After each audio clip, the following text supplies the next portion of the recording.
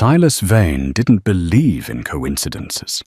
In the brutal hierarchy of the Chicago underworld, a coincidence was usually just a trap you hadn't spotted yet.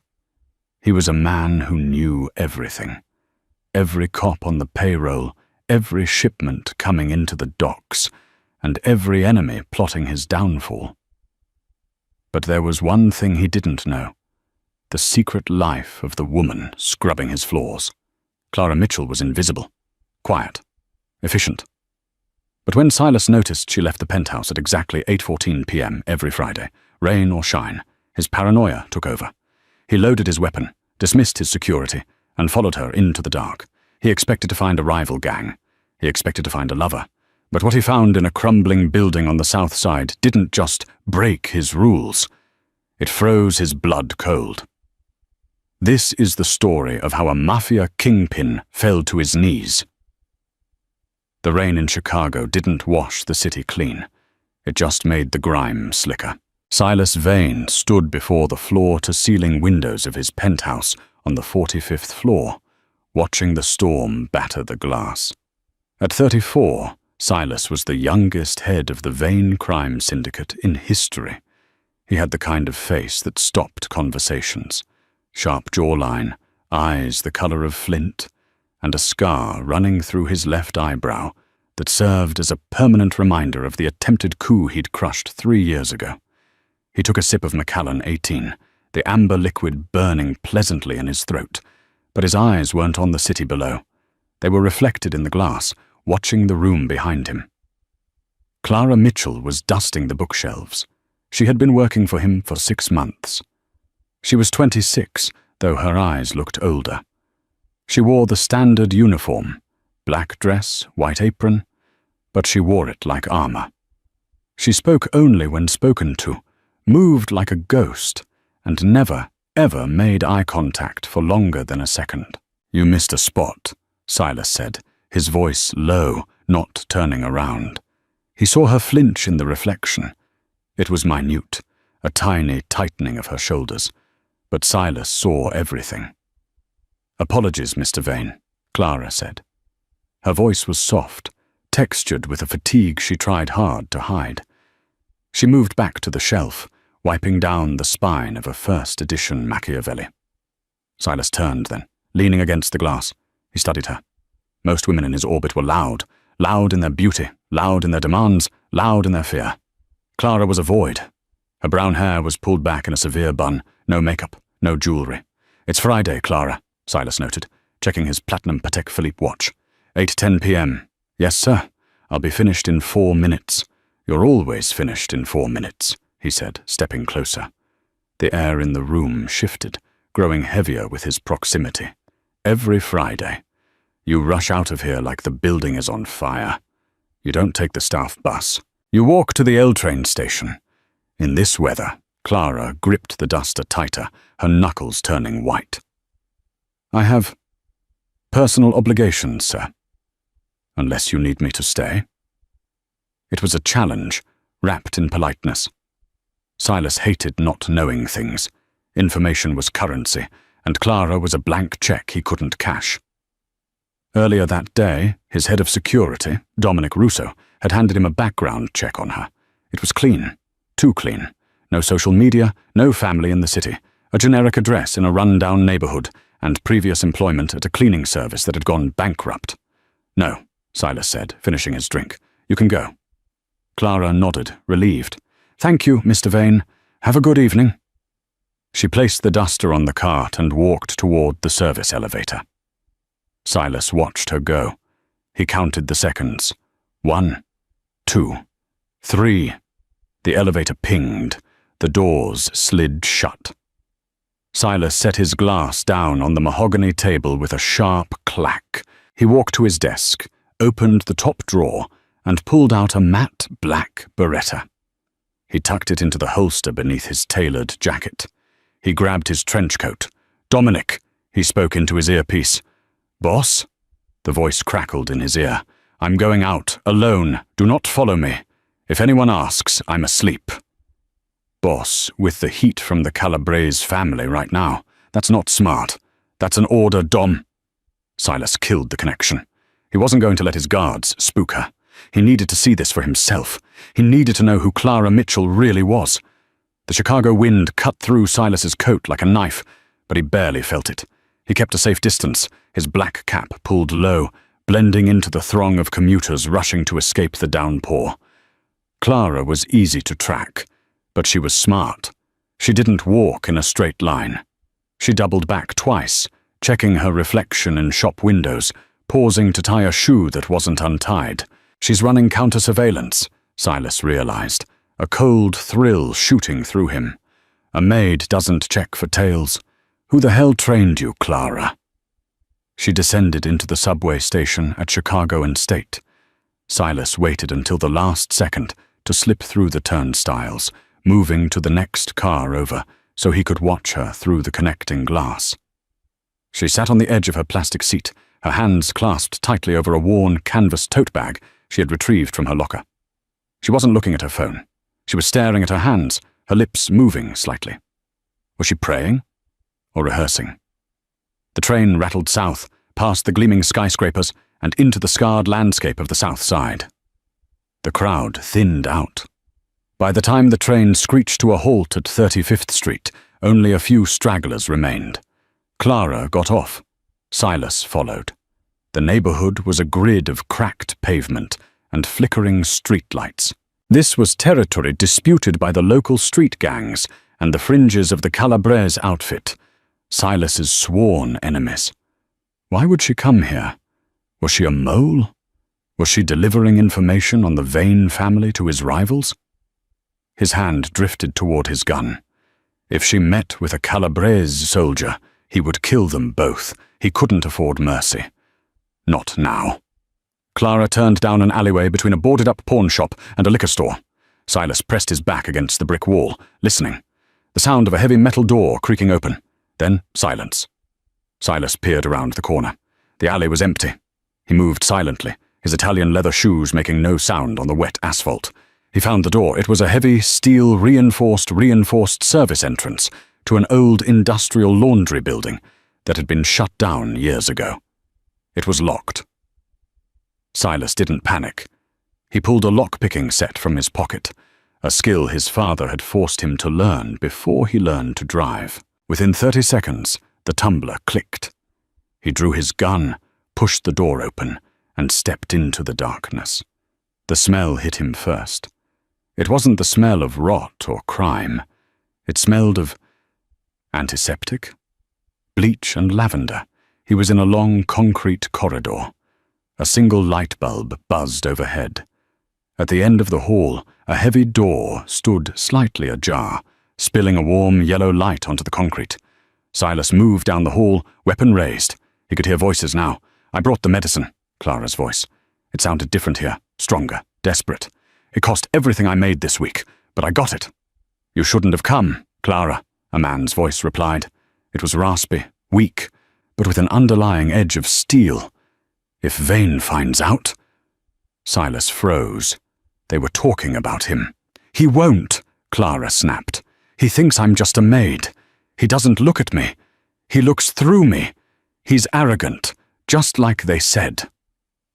Silas's jaw tightened. He crept closer to the door, peering through the crack. The room inside was shocking. It wasn't a gang hideout. It was a makeshift hospital room. The walls were covered in plastic sheeting. There was a heart monitor beeping rhythmically, an IV drip stand, and a hospital bed in the center of the room. Lying in the bed was a man. He was pale, gaunt, his face hidden behind an oxygen mask. His dark hair was matted against his forehead. Clara was standing over him, injecting something into his IV line. She brushed the hair off the man's forehead with a tenderness that made Silas's chest ache with a sudden, inexplicable jealousy. "We just need a little more time," Clara whispered to the man. "Then we can leave the city. We can disappear."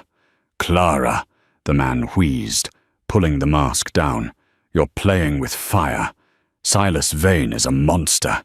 If he knew I was alive—" Silas stepped into the room, kicking the door wide open. He leveled his gun at Clara's chest.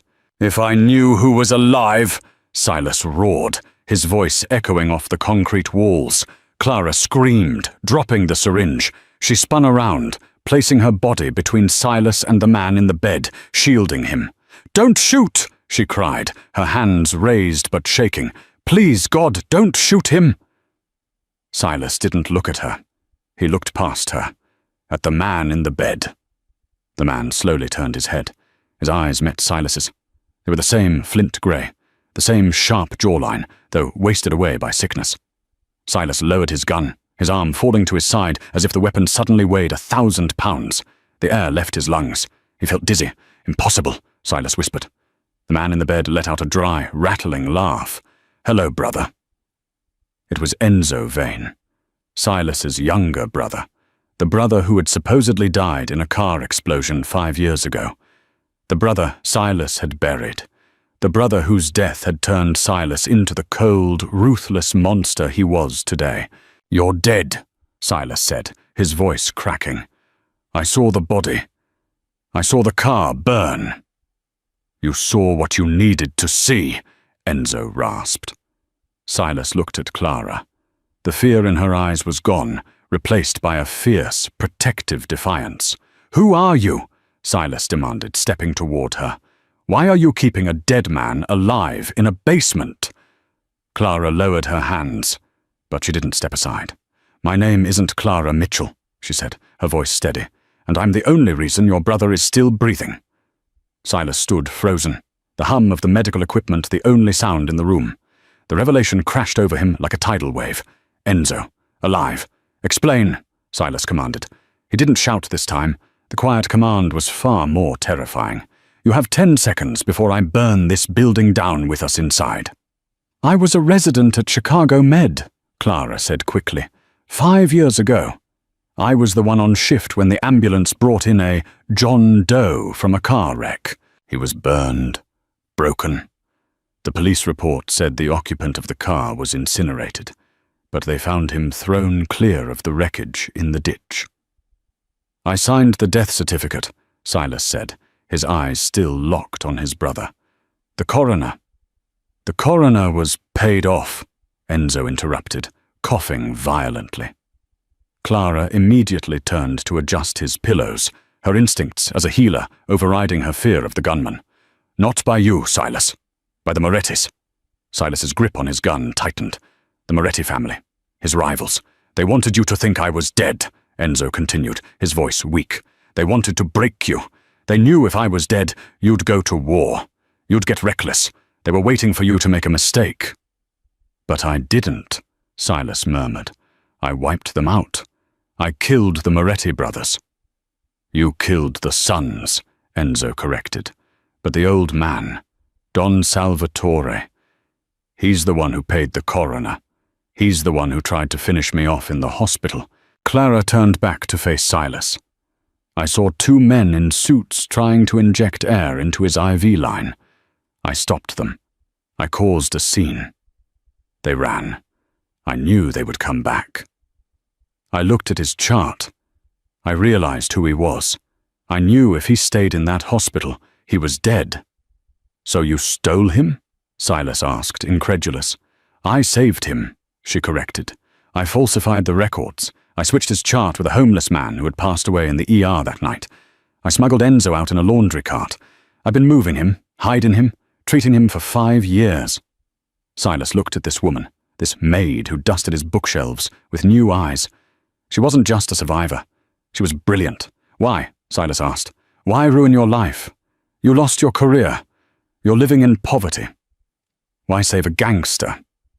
Clara looked at Enzo, a softness in her eyes that Silas couldn't decipher. Because he wasn't a gangster when he woke up. He didn't remember anything for the first year. He was just a man in pain. And I took an oath. "Do no harm." "She's lying about one thing, Silas," Enzo said, a faint smirk playing on his lips. Silas looked at his brother. "What?" "She didn't just save me because of an oath," Enzo said. He reached out his hand, and Clara took it. Silas stared at their joined hands. The intimacy was undeniable. We fell in love, Clara whispered, looking at the floor. I'm not just his nurse, Silas. I'm his wife. The silence that followed was heavy enough to crush bones. Silas holstered his gun. He ran a hand through his rain-soaked hair. His brother was alive. His maid was his sister-in-law, and they had been hiding from him for 5 years. Why didn't you come to me? Silas asked, his voice sounding hollow. I would have protected you. I would have burned the world for you, Enzo. We couldn't take the risk, Enzo said. We didn't know who in your circle was compromised. The hit on me. It came from inside, Silas. Someone in the Vane family sold me out to the Morettis. Silas's eyes narrowed. Who? I don't know, Enzo said. That's why we stayed dead. Until we could be sure. And are you sure now? Silas asked. No, Clara said. But we're out of time. His kidneys are failing. The medication I can buy on the black market isn't working anymore.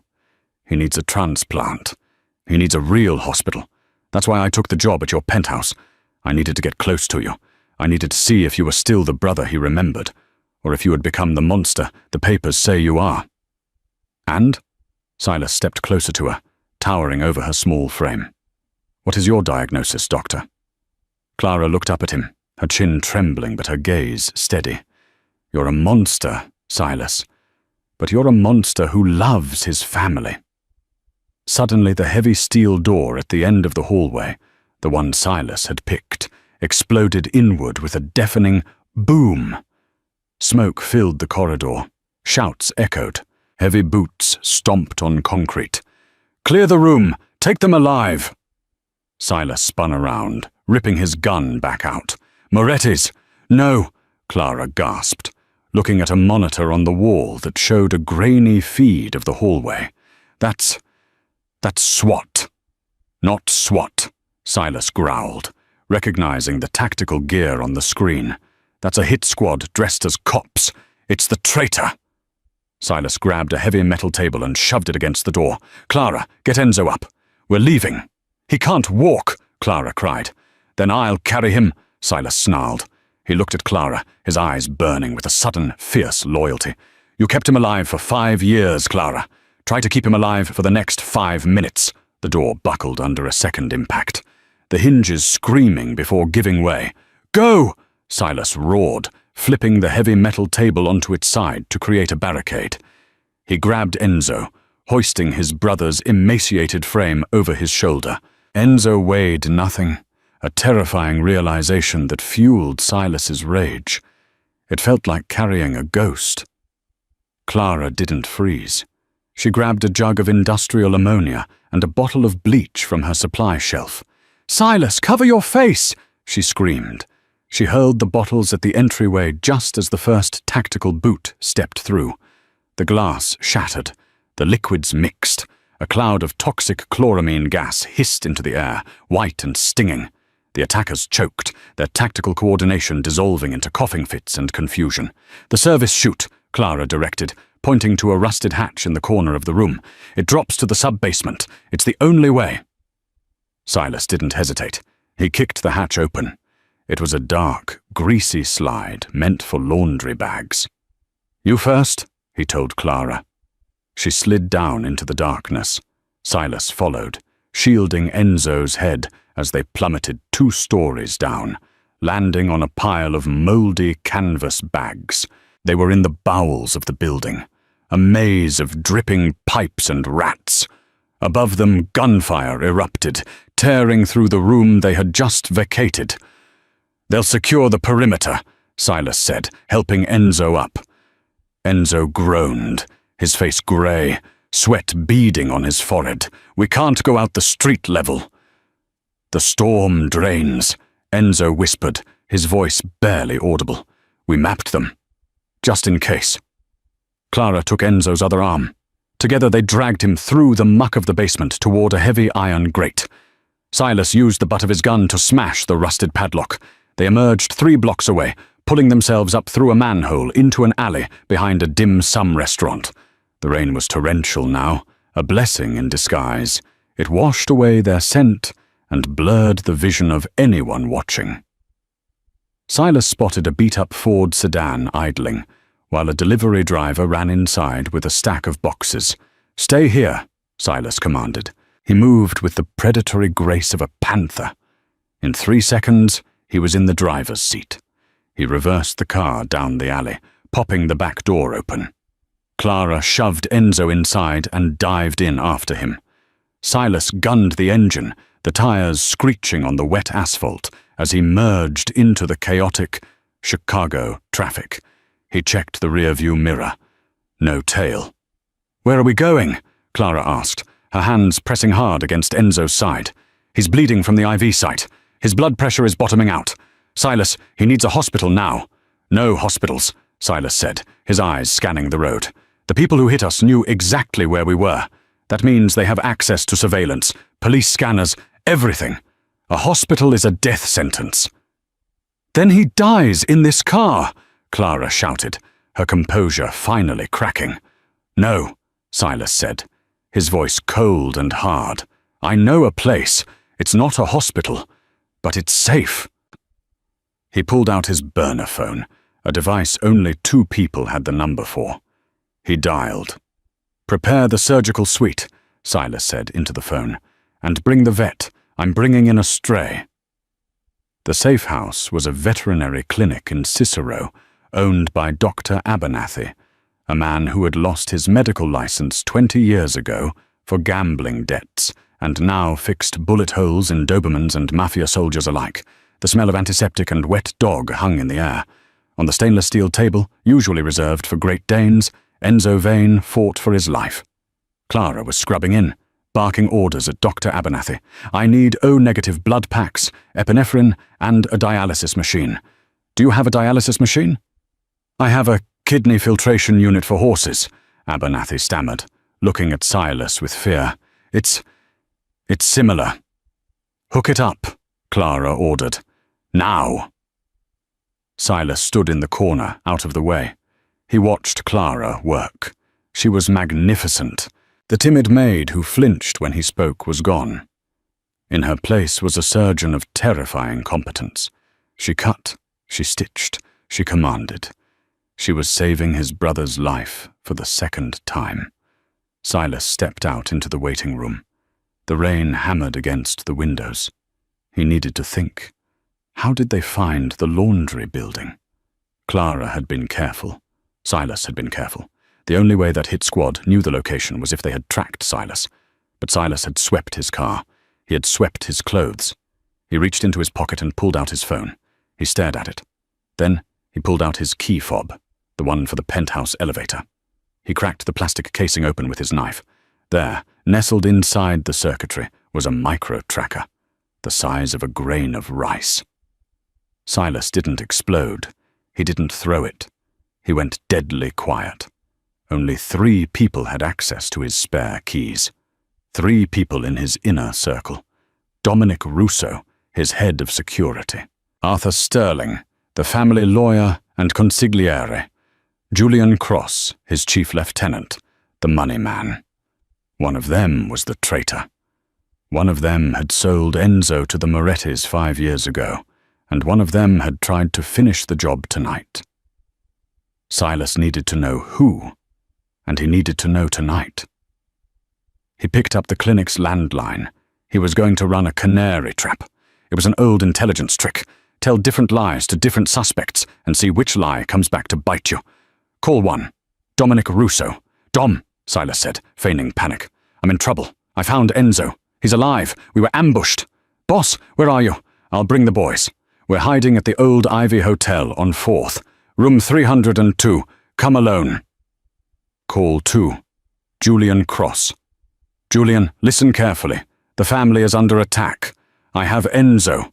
We're at the shipyard, container 44. I need cash and a boat. Enzo." "Jesus, Silas. Stay tight. I'm on my way." Call 3. Arthur Sterling. "Arthur, it's bad. They found us. I'm with Enzo at the abandoned clock tower in Wicker Park. I need you to arrange a helicopter extraction." "My God, Silas, are you safe? I'll make the call immediately." Silas hung up. He sat in the dark waiting room, his gun resting on his knee. He checked his watch. 20 minutes passed. Dr. Abernathy poked his head out. He's stable. She did it. He's in a coma, but he's stable. Silas nodded, letting out a breath he felt he'd been holding for 5 years. Good. Don't let anyone in. Silas turned on a police scanner radio he found on the desk, tuning it to the encrypted frequency the hit squads used, the frequency he had memorized years ago. Static. Then a voice. Target location confirmed. All units converge on Wicker Park. The clock tower. No witnesses. Silas's eyes closed. A single tear of pure, unadulterated betrayal leaked out. Arthur Sterling, the man who had raised him after his father died, the man who had taught him how to tie a tie, how to negotiate a truce, how to be a king, the man who stood by his side at Enzo's empty funeral and held the umbrella while Silas wept. It was Arthur. Silas stood up. The sadness evaporated, replaced by a cold Arctic fury. He walked back into the operating room. Clara was wiping blood from her hands, looking exhausted. She looked at Silas. He'll live, she said softly, but he needs a real hospital within 24 hours. He'll get one, Silas said, but first I have to take out the trash. Where are you going? Clara asked, fear returning to her eyes. To a meeting, Silas said, checking the magazine of his Beretta. Arthur Sterling is coming for me. I'm going to make sure he finds me. You can't go alone, Clara said. I'm not alone, Silas said, his voice grim. I'm bringing the only person I can trust. He pulled out his phone and dialed Dominic. Dom, change of plans. The Ivy Hotel was a test. You passed. Meet me at the clock tower. Bring the heavy artillery. We're going to kill the Kingmaker. The Wicker Park clock tower was a dying giant, a skeleton of Victorian brick and rusted iron rising 6 stories into the stormy Chicago sky. It had once been the heartbeat of the district, its massive brass gears keeping time for thousands of factory workers. Now, it was slated for demolition, a hollowed-out carcass where only pigeons and ghosts resided. The storm outside was approaching hurricane force. Rain lashed against the open face of the tower. The glass of the giant clock face had been shattered decades ago, turning the concrete floor of the top level into a slick, treacherous mirror. Thunder rattled the exposed steel beams, the sound vibrating in the marrow of anyone foolish enough to be up there. Silas Vane sat in the center of this chaos.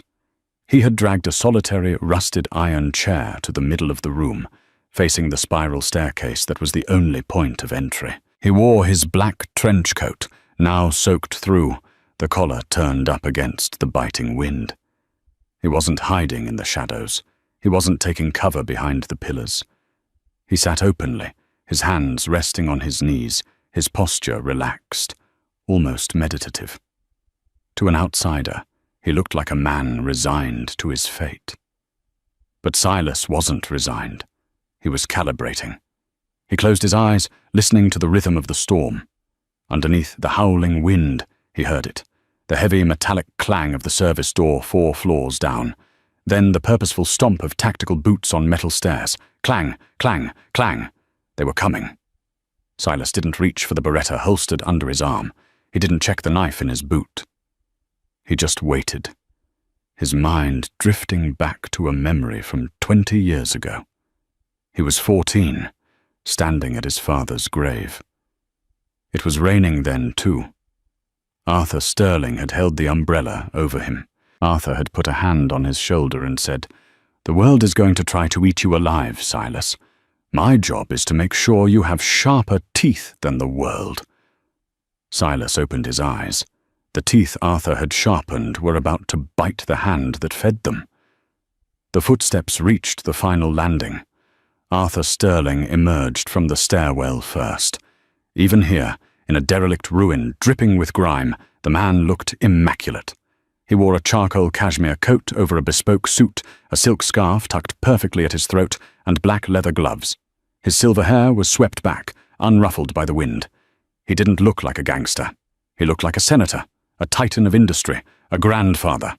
But the 6 men flanking him were clearly not politicians.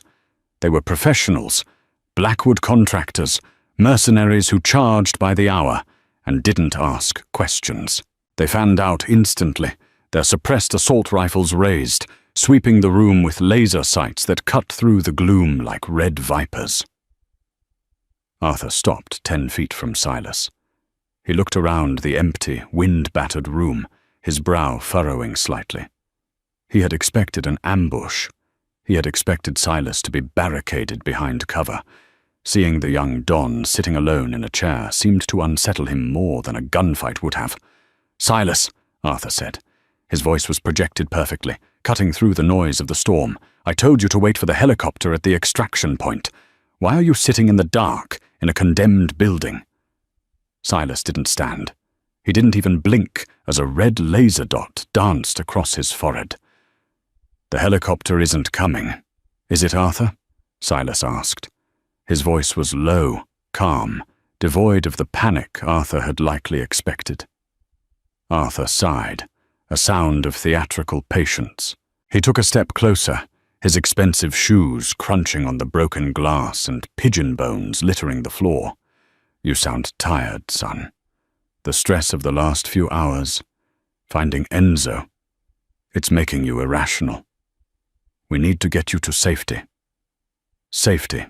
Silas repeated the word, tasting the irony. He reached into his pocket. The 6 mercenaries tensed, fingers tightening on triggers. "Easy," Silas said. He pulled out his hand slowly. He wasn't holding a weapon. He was holding a small, crushed piece of plastic and circuitry. He tossed it onto the wet floor between them. Arthur looked down at the shattered remains of the key fob tracker. The silence that stretched between them was heavier than the storm. The mask of the benevolent uncle didn't slip slowly. It fell away all at once. Arthur's posture straightened. The warmth evaporated from his eyes, replaced by the cold reptilian calculation that had made him the most feared consigliere in the city for 3 decades. "I told the tech boys that tracker was too bulky," Arthur murmured, almost to himself. "Sloppy." 3 years, Silas said, standing up slowly. The chair scraped loudly against the concrete. "You've been tracking my every movement for 3 years, since the day I took the oath. A king needs a council, Silas, and sometimes a king needs a leash." Arthur clasped his hands behind his back. "You are always too volatile, just like your father. You govern with your heart, not your head. You start wars over insults. You burn bridges that should be tolled. The Vane Syndicate is a multi-million-dollar corporation, not a playground for your vendettas." "And Enzo?" Silas asked. "Was he volatile?" "Enzo was worse," Arthur spat, his disdain sudden and sharp. "Enzo was soft. He wanted to legitimize. He talked about phasing out the narcotics division within 5 years. He wanted to turn us into a logistics company. He would have bankrupted us, Silas. He would have made us weak." "So you killed him?" "I made a command decision." Arthur's voice rose, cracking with conviction. "I sold him to the Morettis. It was a surgical strike. 2 birds with 1 stone. I removed the weak link, and I gave you the tragedy you needed to evolve. Look at yourself, Silas. Enzo's death turned you into a warrior. It made you ruthless. It made you a king. I didn't just kill your brother. I forged you." The wind howled through the clock face, whipping Silas's coat around his legs. The confirmation hit him like a physical blow, but he refused to let Arthur see him bleed. "He's not dead," Silas said quietly. Arthur waved his hand dismissively. "A temporary oversight. My second team is sweeping the veterinary clinic in Cicero as we speak. Your brother, that little maid of yours, the doctor, they're just loose ends. By the time the sun comes up, they'll be ashes." Silas felt the rage boiling in his chest, a hot, liquid fury. But he pushed it down. Rage made you sloppy. Rage was what Arthur expected. "You underestimated her," Silas said. "Clara isn't just a maid. And you underestimated me, Arthur. You think I'm just a thug with a gun. You forgot that I was raised by the man who taught me to never walk into a room unless I knew how to get out. Arthur chuckled, shaking his head. I taught you everything you know, Silas, but I didn't teach you everything I know. He gestured to the 6 men surrounding him. These are Blackwood operatives, former special forces. They don't care about your reputation. They don't care about honor. They care about the wire transfer I sent them an hour ago. Arthur checked his watch, a gold Rolex that probably cost more than the building they were standing in. I'm sorry, Silas. Truly. I loved you like a son. But you've become a liability. And in this business, liabilities are liquidated. Arthur stepped back, turning his face away as if he couldn't bear to watch, though Silas knew it was just to protect his coat from the splatter. Kill him, Arthur commanded. Make it clean. The 6 mercenaries raised their rifles in unison, the barrels leveled at Silas's chest. Silas didn't move. He stared directly at the lead mercenary, a towering man with a scar running down his neck. Silas nodded. Once, click, the sound of 6 safety catches disengaging echoed in the room, but no shots were fired. Arthur frowned. He waited a second. 2 seconds. I said, kill him, Arthur shouted, spinning around to face his hired guns. The lead mercenary shifted his aim. He didn't lower the rifle. He simply pivoted 45 degrees. The red laser dot that had been on Silas's chest moved. It traveled across the wet floor, up the cashmere coat, and settled directly between Arthur Sterling's eyes. Arthur froze. His mouth opened, but no sound came out. He looked to his left. The 2nd mercenary had also turned. Then the 3rd. All 6 rifles were now pointed at the man who had hired them. They are Blackwood operatives. A deep, gravelly voice rumbled from the shadows of the support pillars, which means they're mercenaries, Arthur. They follow the money. Dominic Rousseau stepped out from the darkness. He was holding a pump-action shotgun, resting it casually on his shoulder. He walked over to stand beside Silas. You paid them 50,000 each, Dominic grinned, showing his teeth. Silas paid them 100, plus a bonus for not shooting me when I walked in. Arthur staggered back, his heels catching on the debris. The color drained from his face, leaving him looking grey and old. The arrogance, the patrician confidence, the master strategist persona. It all shattered. No, Arthur whispered. No, this is impossible. You taught me to anticipate my enemy, Arthur, Silas said, walking slowly toward his mentor. I knew you wouldn't come alone. I knew you'd hire outside muscle because you couldn't trust the family soldiers to kill me. So I bought the market. Arthur looked around wildly. He was trapped. Behind him was the gaping hole of the clock face and a 60-foot drop to the pavement. In front of him, the wolf he had raised. Silas, Arthur stammered, holding up his hands. Silas, listen to me. We can fix this. I have accounts in the Caymans. Millions. It's all yours. I'll leave the country. You'll never see me again. You sent a hit squad to a hospital, Silas said, his voice devoid of mercy. You tried to kill my brother twice. You tried to kill Clara. I did it for the family, Arthur screamed, backing up until his heels were on the precipice of the opening. Rain whipped against his back. I did it for you. You did it for yourself, Silas corrected. You wanted a puppet king, but you forgot to cut the strings. Arthur's eyes darted to his coat pocket. Desperation took over. He wasn't a fighter, but he was a survivor.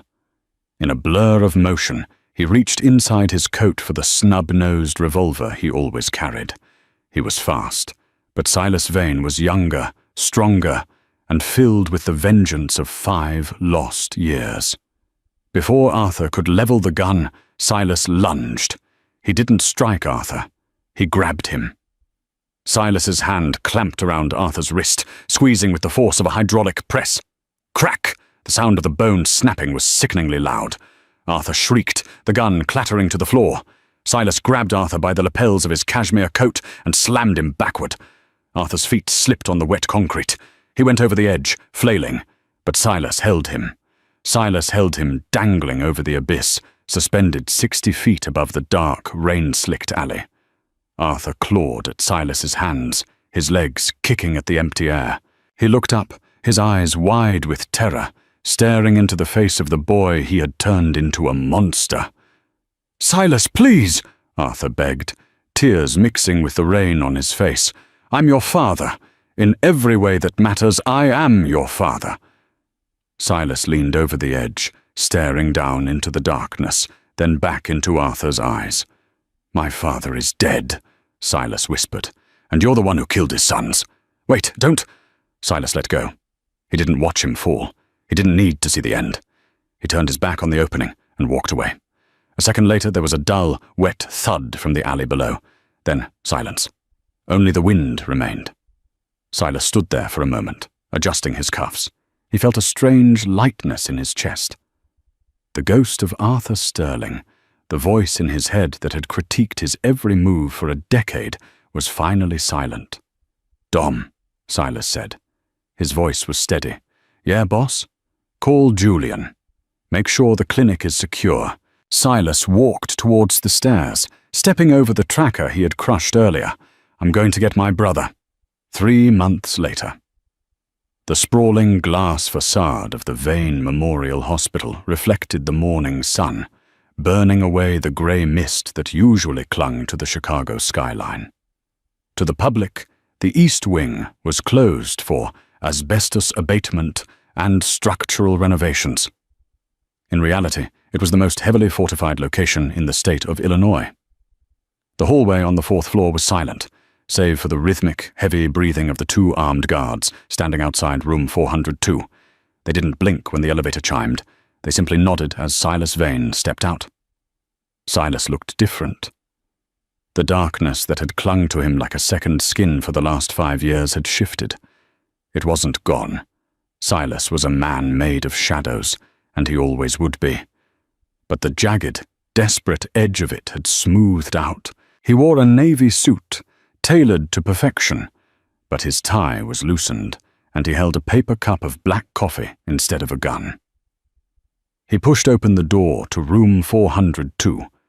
The room smelled of antiseptic, expensive lilies, and fresh espresso. It was less a hospital room and more a 5-star hotel suite, complete with mahogany furniture and a view of the lake. Silas sat in the leather armchair in the corner, unfolding a copy of the Chicago Tribune. He didn't need to read it. He knew what it said. But he enjoyed seeing the headline in print. "Prominent attorney Arthur Sterling found dead in tragic urban exploration fall." The article went on to describe Sterling's eccentric hobbies and how the police had ruled his death a misadventure at the condemned Wicker Park clock tower. There were quotes from the mayor praising Sterling's philanthropy. There were no quotes about the mercenaries, the tracking devices, or the broken wrist. "Well, you know," a voice rasped from the bed, breaking the silence. "You could just buy the newspaper company and have them print whatever you want. It would save you the trouble of planting evidence." Silas lowered the paper, a slow smirk spreading across his face. Enzo Vane was sitting up, propped against a mountain of pillows. He was still thin, the sharp angles of his face a lingering testament to his years in the dark, but the ghostly pallor was gone. His skin had color, a healthy, living flush. The dialysis machine that had been his constant companion for weeks was gone. "I'm considering it," Silas said, folding the paper, "but I enjoy the challenge of a cover-up. How are you feeling?" Enzo took a sip of water, his hand steady. "Like I have a new kidney." "Which apparently I do, although I'm still terrified to ask whose kidney it was." "It was a donation," Silas said diplomatically, "from a very willing donor who suddenly found himself $2 million richer and heavily encouraged to retire to Florida." The door to the ensuite bathroom opened, and Dr. Clara Vane walked out. For 6 months, Silas had known her as the Invisible Woman, the maid in the grey uniform who scrubbed his floors and flinched at his shadow. Seeing her now, it was hard to reconcile that image with the woman standing before him. Clara wore a pristine white lab coat over a silk blouse. Her hair wasn't pulled back in a severe servant's bun. It fell in soft waves around her shoulders. She held a clipboard with the authority of a general reviewing troops, but it was her eyes that had changed the most. They were bright, fierce, and utterly unafraid. She walked past Silas without flinching, checking the monitors hooked up to Enzo. "Visiting hours don't start until 10, Mr. Vane," she said, though a small smile tugged at the corner of her lips. "I own the building, Clara," Silas reminded her, taking a sip of his coffee. "I can fire the security guards if they stop me." "And I'm the chief of surgery for this department," she countered, writing something on Enzo's chart. "In this room, I outrank you. If you stress my patient, I'll have you escorted out. Security answers to the doctor, not the donor." Silas chuckled. It was a deep, rusty sound that he was still getting used to using. "Point taken, doctor." He watched them for a moment, the way Clara's hand lingered on Enzo's shoulder, the way Enzo leaned slightly into a touch. It was an intimacy forged in fire. They had lived in a basement for 5 years, hunting rats and dodging death, bound together by a secret that should have killed them both. Silas felt a pang in his chest. It wasn't jealousy. It was a hollow, aching realization of what he had sacrificed to keep them safe. "We need to talk," Enzo said, his tone shifting. The playfulness vanished, replaced by the seriousness of the brother Silas remembered. "Dominic was here earlier. He told me about the Calabrese family." Silas's expression hardened. "Dominic talks too much." "He told me they're moving on the south side," Enzo pressed. "They know Arthur is gone. They smell blood in the water. They think the Vane family is in chaos." "Let them think it," Silas said calmly. "It makes it easier when I crush them." "Silas," Enzo said, leaning forward, wincing slightly at the pull of his stitches. I can't come back. I know you cleared my name. I know you fixed it. So the official story is that I've been in a coma in a private Swiss clinic for 5 years. But I can't be your underboss anymore. I can't do the violence. Not after what Clara did to keep me alive." Clara gripped Enzo's hand, her knuckles white. She looked at Silas, her eyes pleading. She was ready to fight him. She was ready to defend Enzo from his own brother if she had to. Silas stood up. He walked to the window, looking out at the city he ruled. He looked at the L train rattling in the distance, the same train Clara used to take to the safe house. "I know," Silas said softly. He reached into the inside pocket of his jacket and pulled out a thick manila envelope. He walked back to the bed and tossed it onto the blankets. Enzo frowned, picking it up. He opened the flap and slid out the contents. 2 passports, dark blue, diplomatic status, bank books for accounts in the Cayman Islands and Zurich with balances that would make a senator blush, and a thick vellum deed bound in red ribbon. "A vineyard," Enzo read, his voice trembling. "San Gimignano, Tuscany." "It's not just a vineyard," Silas explained, his voice businesslike to mask the emotion. "It's a fortress wrapped in grapevines, 12-foot stone walls, gated entry, and a security detail of 20 men who are on my personal payroll. They are former Italian special forces. They answer only to me, and their only order is that no one named Calabrese or Moretti ever gets within 10 miles of you." Clara covered her mouth, tears springing to her eyes. She looked from the deed to Silas. "Silas, this is too much." "You saved him," Silas said, looking directly at her. "You gave me back my brother.